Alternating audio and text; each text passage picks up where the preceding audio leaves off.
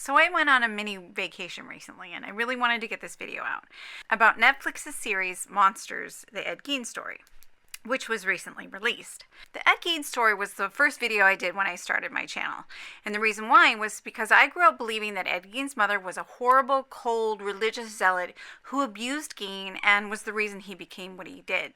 With education and knowledge about history, U.S. society, and the world as a woman, wife, and mother, and human being, I began to realize that most of the information that we have about his mother and his upbringing comes from Gein and from the people around him that had their own biases about him and his family. When I researched for the Ed Gein video that I did, I could see that the police officers, judges, prosecutors, journalists, editors, the doctors that examined him, and most of the writers that wrote about him were all male.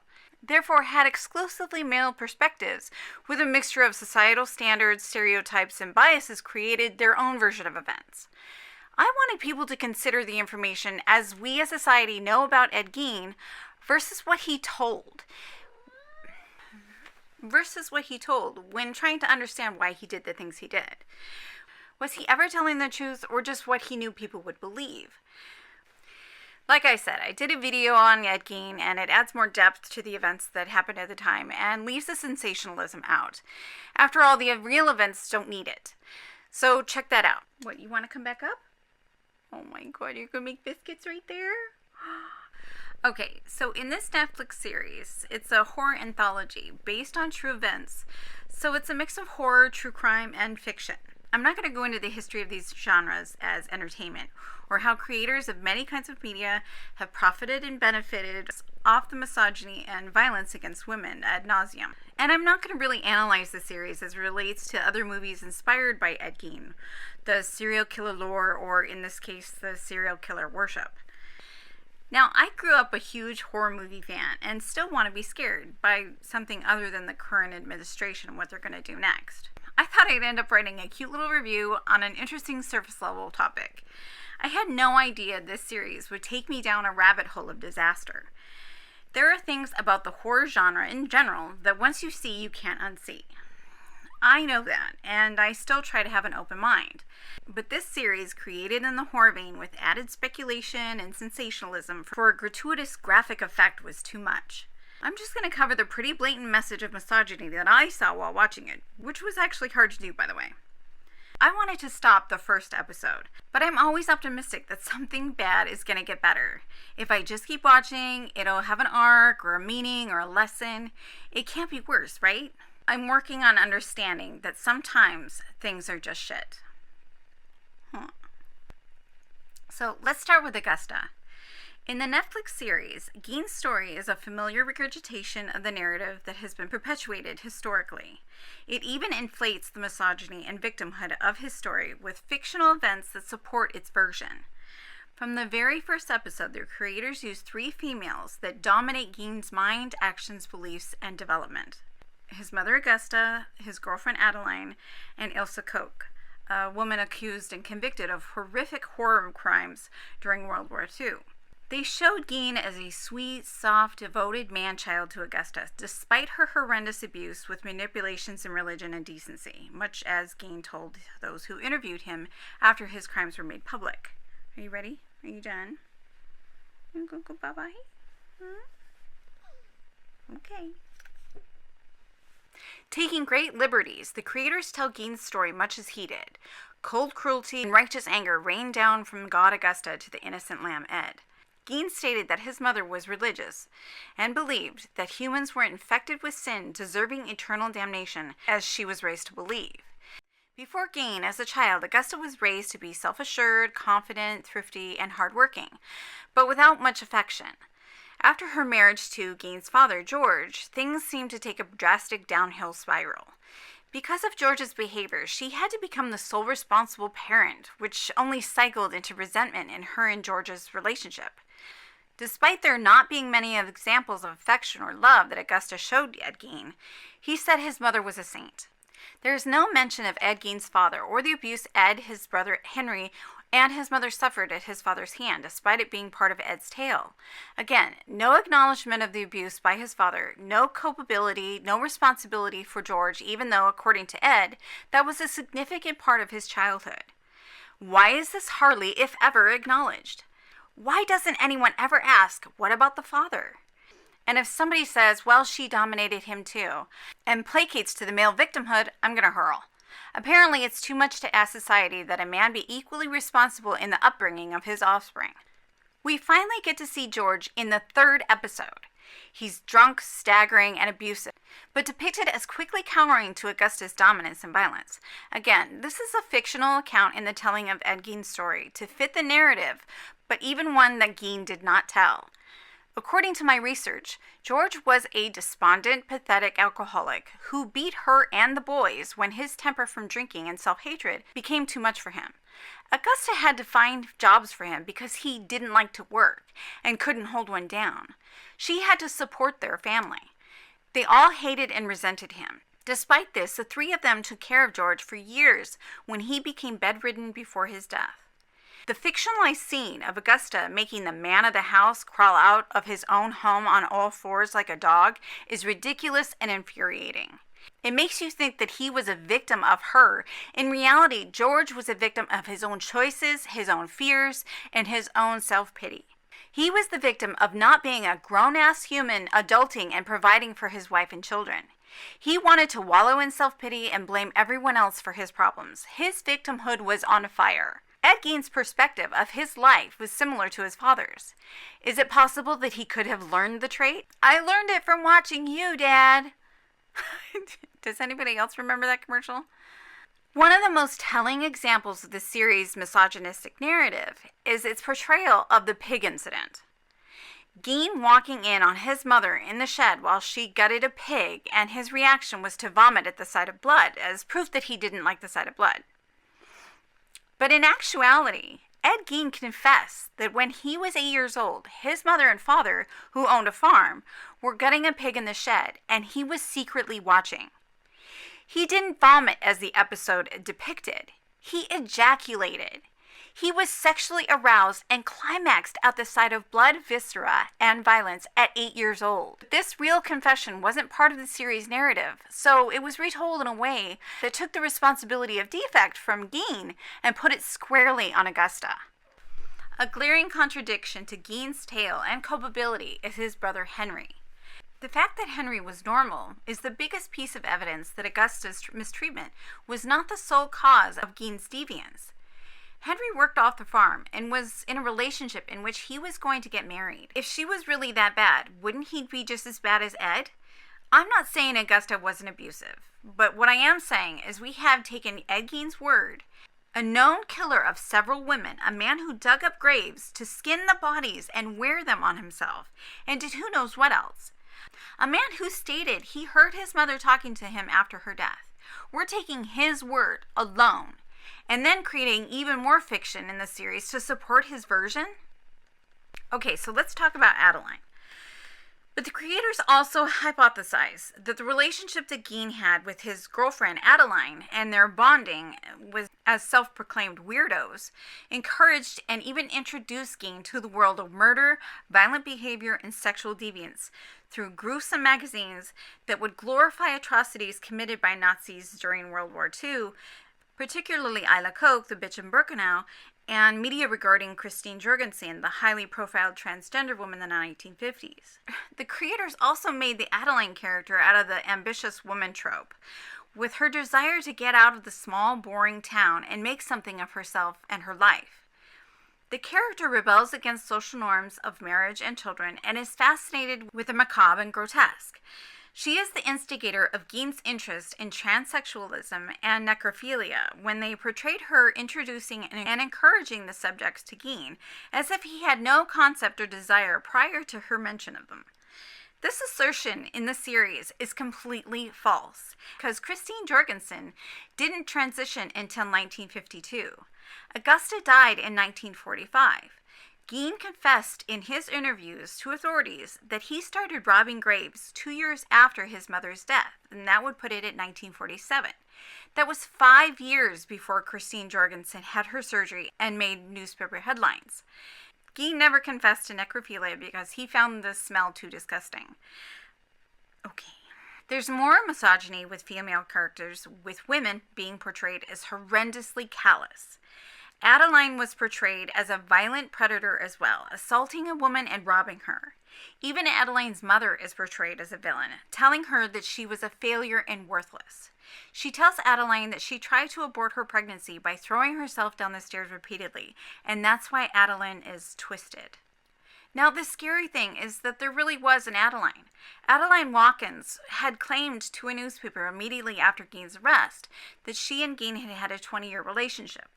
She said Gein was good, sweet, kind, and had proposed to her, but she turned him down. She stated that it wasn't because of him, but because she didn't think that she could live up to what Gein wanted in a wife. He was so sweet about doing things that she liked that she felt that she was taking advantage of him at times. She did also state that they enjoyed reading, particularly adventures about far-off exotic places, animals, and murder mysteries, in which he would tell her the mistakes that the killer made. Adeline later retracted her story in the depth of her relationship with Gein, when most likely the people she knew started to ostracize her for it. But it was unlikely that she was anything like the series portrayed, or a singular exposure of violent or sexual deviant content to Gein as the series alluded. Now, Mary and Bernice. The series even feels the need to vilify the victims Ed Gein confessed to murdering, Mary Hogan and Bernice Worden. In Gein's confessions, one of his defense tactics was that Mary and Bernice were immoral women and lived immoral lives. He believed that they were ordained by God for punishment and that he was just the person to do it. According to my research, Mary Hogan was born Mary Josephine Couvin in Austria in 1901 and had immigrated to the U.S. with her father and sister at the age of 13. She was a twice, maybe thrice divorced woman with a child that she had out of wedlock and abandoned. She was a hearty woman with a rowdy, foul mouth and a thick accent. It was rumored that she had been a big city madam in Chicago and had associations with the mob. She was the type of woman Gein said his mother detested. This was similar in the show, but the show proposes that Mary offered to arrange a meeting for Gein with one of her girls, prompting his anger to kill her. It's more likely that she physically reminded him of his mother, and he desired her body for his misadventures into femininity. Bernice Worden is portrayed as a wanton harlot on the show that stuck to the Augusta is to blame narrative, wearing red nail polish and red lipstick with her hair neatly coiffed and a slinky low-cut dress. She is depicted as falling all over Gein and his attention, having sex with him, giving him gifts, indulging his cross-dressing fantasies. In reality, Bernice was a business owner, a widow, a mother, a grandmother, and a respected member of the community. She certainly would have never flirted with Ed Gein. She was courteous to him, as he was a customer, but considered him a bother and a nuisance because he kept asking her out. She kept having to say no, and found him to be an annoying pest, but she wasn't scared of him. This portrayal of her is inaccurate and offensive. The series also depicts there being few people at the funeral for Bernice Worden, which plays into the narrative that she was a bad woman. There were 250 people at Bernice Worden's funeral. Businesses in the community closed in order for the townspeople to be able to go. Which, by the way, I feel like I have to mention, she had an open casket. This is interesting because let's not forget how she was found. Decapitated and dressed like a deer, hanging by her ankle tendons in Ed Gein's summer kitchen. He had done some pretty horrendous things to her. I guess the family decided that they didn't want that image of her to be the last people thought of. So let's talk about the men. We discussed George, but let's look at Frank Worden, Bernice's son. Frank, who was a deputy sheriff in Plainsfield at the time, and discovered his mother's disappearance, was not one of the searchers in Ed Gein's house while they were trying to find his mother Bernice. Once he was told the extent of Gein's crimes and the media frenzy invaded the small town, Frank, like the rest of the community, wanted the whole Ed Gein saga over. It was rumored that an investor was planning to buy the Gein house and turn it into a macabre museum or attraction, but it mysteriously burned down the night before the auction. There was no arson investigation, and none other than Frank Worden was the chief of the fire department at the time. In fact, quite a few investigations were not followed through on, despite the collected body parts counted from Gein's house not matching Ed's confessed crimes, and the number of missing people in Ed Gein's vicinity, but that's in my longer video. The young male characters in the series seem to be portrayed as immature and inept. Warden is portrayed as unable to function without his mother, lost and unsure of himself, asking pathetically whatever is he going to do for Thanksgiving without his mother. And Gein couldn't manage to clean up after himself after his mother died. The sons, even though well into adulthood, are incapable of taking care of themselves. It plays into the narrative that these women were domineering and controlling and not teaching their sons how to be capable human beings. Again, the creators are putting the blame back onto the mothers. In this series, Gein is seen as a painfully shy man raised with his mother's extreme religious views, with conflicting desires of purity and lust influenced purely by the women around him. The real Ed Gein was actually well liked by children and babysat often for locals. Yes, many saw that he was awkward and odd, but they still hired him for odd jobs, believing he was trustworthy and a hard worker. Gein had local children to his house to teach them violin, the accordion, and they ate soup out of his strange bowls, which were made out of human skulls. After his arrest, Gein was shrewd. He denied killing Bernice, the woman that they found hanging by the ankles in his summer kitchen, and he did not confess until he was shown her body. And the same was true with Mary Hogan. In fact, Gein claimed not to remember killing any of his victims, and cunningly did not confess to anything that authorities did not already have evidence for. His insanity plea was found to be an attempt by those in his community as a way to escape the death penalty or the rest of his life in prison, and receive a cushy room at a mental institution instead. The people of Plainfield felt robbed of justice by the meek man with a sly smile hiding real motivations of depravity. They were not fooled. I don't think we should be either. I also find it interesting that in the series, the creators have Ed Gein interviewed by detectives trying to capture the serial killer in the Pacific Northwest, which we now know was Ted Bundy. Let's bypass for a second that they were different kinds of predators, but okay.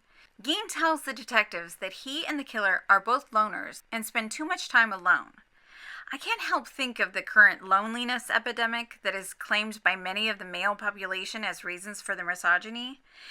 Is this scene alluding to a threat?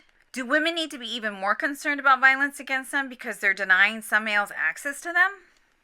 Okay, let's talk about some small liberties, or lies. 1. The babysitter scene is speculation. There is no hard evidence that Gein did or did not have anything to do with Evelyn Hartley's disappearance, or any of the missing people in his vicinity, which were quite a few, and that's including James Walsh and Irene Keating. His links to the cases are circumstantial. Adeline never lived with Ed. Period. Everyone knew Augusta died. In fact, it was a big deal because Gein wailed and carried on at his mother's funeral, claiming that he was alone and that the love of his life was dead. There is no mention of Gus as an accomplice, but rather the series alluded to Adeline as helping Gein with his crimes, which again is an example of playing to the misogyny rather than reality. Now, I did find episode 7, the ham radio, interesting. It seemed to be the most developed in the series. The Ed Gein character finally has a moment of some self-reflection and awareness about his mental state, but still not much accountability. The episode embarks on Gein's requesting 3 ham radios, one for himself, one for Isla Coke, and one for Christine Jorgensen. The conversation that he has with Isla Coke is full of contradictions, but it's interesting. Isla states that people make monsters in order to have someone to blame for the act of the human condition. She tells about how the magazines that Gein was fascinated with about her, all the tales of her evil acts were fiction, and that she never did any of the things that they claimed. She's not a monster. Isla tells Gein that people make monsters through propaganda, so that other people will blame them and vilify them for all their suffering. She states that that's how people in society are controlled. If you can get people divided to see other groups as the reason for their suffering, whether economic struggles or their inability to achieve something, if you can get one group to blame another, then both groups are easily controlled. No one is looking at the source of the real problems, who is creating these struggles in the first place. It's interesting that the creators of the series have her explaining this design, which is exactly how Hitler was able to take control of the German people and inflict so much suffering during World War II, as the same design of her suffering. She tells of the propaganda produced to make lies about her in order to sell the monster myth. She never committed any of the crimes they said. She pleads that she's just a human being, not a monster. but then freely admits to wanting to be part of his secret monster club. Ilsa then posits that she and Gein are the next evolution of the human race, a clear nod to eugenics and superior race ideology. She also states that she was just following orders, which is a huge application in the Nuremberg trials. Nazis that tried to claim this as an excuse were still found guilty of war crimes and executed. So, in one conversation, the creators have Ilsa stating that she was framed and propagandized for the atrocities that she was accused of, but she wanted to be a monster. But she was a superior human being who's only experiencing the average human condition, but just following orders of crimes that she stated she didn't commit. Then the episode has Christine and Gein having a conversation. This one is a bit more to the point because Christine Jorgensen's character is not playing around. She is slightly intrigued, but mostly disgusted by this thought of a serial killer that would identify with her in any way. Against his claims and similarity, she rallies in her confidence and focus that her transgender identity is not the same as his gynephilia and that she cannot help him. After the ham radio communications, the audience finds out that the conversations never happened because the other ham radios were never sent, and Gein's ham radio was never even plugged in. It has simply been Gein having conversations with himself and acknowledgement of his complexities, contradictions, and mental illnesses. This makes this episode the most interesting because for the first time we see the creators trying to give Gein depth without vulgarity and salaciousness, but still no accountability for his actions. In fact, with the conversation with Isla, were the creators trying to say that the propaganda machine was sensationalizing Ed Gein's crimes? So here's my conclusion. I saw an interview with Charlie Hunnam in which he mentioned that he wanted to portray Ed Gein in a new perspective. I absolutely think Hunnam's acting was powerful. It was probably the one thing I liked about the series, which is surprising because I actually sat through every episode of SOA. But doing any kind of true crime podcast, YouTube video, TV show, documentary, or movie is a balance between the offender as a human and the acts they committed. People demonize any kind of attempt to try to understand the perpetrator. They want everything to be focused on the victim, and I get that. But trying to understand the perpetrator is, in a sense, trying to understand what created them and what can be done to prevent the creation of perpetrators. There's a responsibility to carefully balance the empathizing with the perpetrator in order to solve the puzzle of why they become offenders, while not condoning his actions. The series of Ed Gein takes a mix of reality with fiction and fantasy, humility and hubris, and stirs it together with vulgar celebrations of his actions. If someone intends to watch this series and think they're going to get an accurate depiction of Ed Gein, that would be a mistake. This depiction is based on a horror fantasy. There is a sprinkling of facts, but mostly it's fiction. An imagining by writers and creators with overarching themes of misogyny, sexual deviance, and violence. I wish the series started with the acknowledgement that the story that they were telling was inspired by Ed Gein, not factual. Because many people believe what they're seeing is fact. But I guess if your goal doesn't really rely on the audience desiring or caring whether the story is based in fact, then why would they care, right? The depictions of women, especially the mothers, are in stark contrast to women as the creators of life and nurturing beings. Don't get me wrong, not all mothers are nurturing and without reproach, but think about society's pressures, responsibilities, and generational trauma on the psyche of a person who has just created another human being inside of her own body. Society expects women to be perfect creators despite abuse, neglect, and voracious hate that is put upon them. And then for the writers to manipulate the power of creation, something as profound as creating another life, into the power of perverted destruction and cruelty is revolting. To me, the whole series reeks of deep hatred of women, shock value, and ignorance. The writers were intentionally blatant about the message and just irresponsible. I understand this is not a documentary, but rather a sensationalist spin for profit, much like the rags printed for 100 years that depicted scantily clad, helpless women brutalized and assaulted as porn for those who believed women are subhuman. But it still perpetuates blame of women and the victimhood of men. Much like the rags written, created, distributed, sold, and purchased by men as part of the inspiration to Gein's horrific crimes. To perpetually promote the his whores her blame stereotype without question is monotonous and pat for the unimaginative propaganda machine. If a woman or women can be blamed, society doesn't have to look at its own responsibility in the creation of perpetrators or monsters. So there's my take. If you have any questions or comments, please let me know down below. Thank you for watching. Be safe, and as always, sending you silver streaks of wisdom.